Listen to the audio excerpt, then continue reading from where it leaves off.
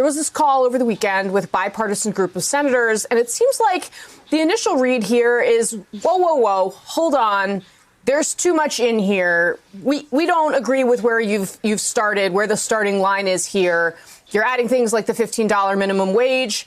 And you have people like Angus King, who caucuses with the Democrats, coming out and saying, yeah, you know what, this is going to be really tough. At what point does Joe Biden get personally involved if this is the path he wants to take?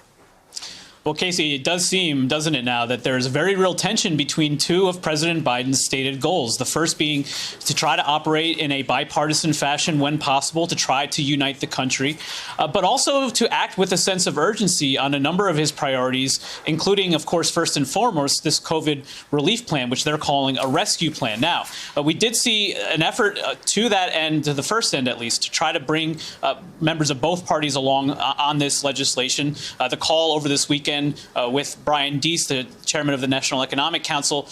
White House officials stress is just one of many such conversations that is going on, including conversations from the president himself reaching out to individual lawmakers. And we see that obviously they want to do everything they can to try to attract support for this. But I also think we're going to see more of the president using the bully pressure for his plan. We just heard him say in the Oval Office a few moments ago that he will be taking questions today, a White House news conference. We also expect to see the pressure build from the Democrats in the Senate as well about whether and how to move forward with potentially the nuclear option, doing away with the legislative filibuster. And everything I've heard from Biden advisors is to try to emphasize the fact that what he's proposing here not only has broad appeal with the public, if you look at some of the polling just from this weekend, in fact, but it's also attracted support just last year from some of the Republican senators who now seem to be balking at this proposal. So that's something I think they want to try to highlight as they move ahead on a number of other promises that President Biden had made over the course of the campaign, which they're trying to very publicly show that they're following through on.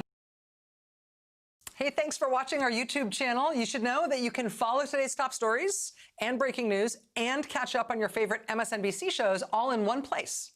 Download the NBC News app today.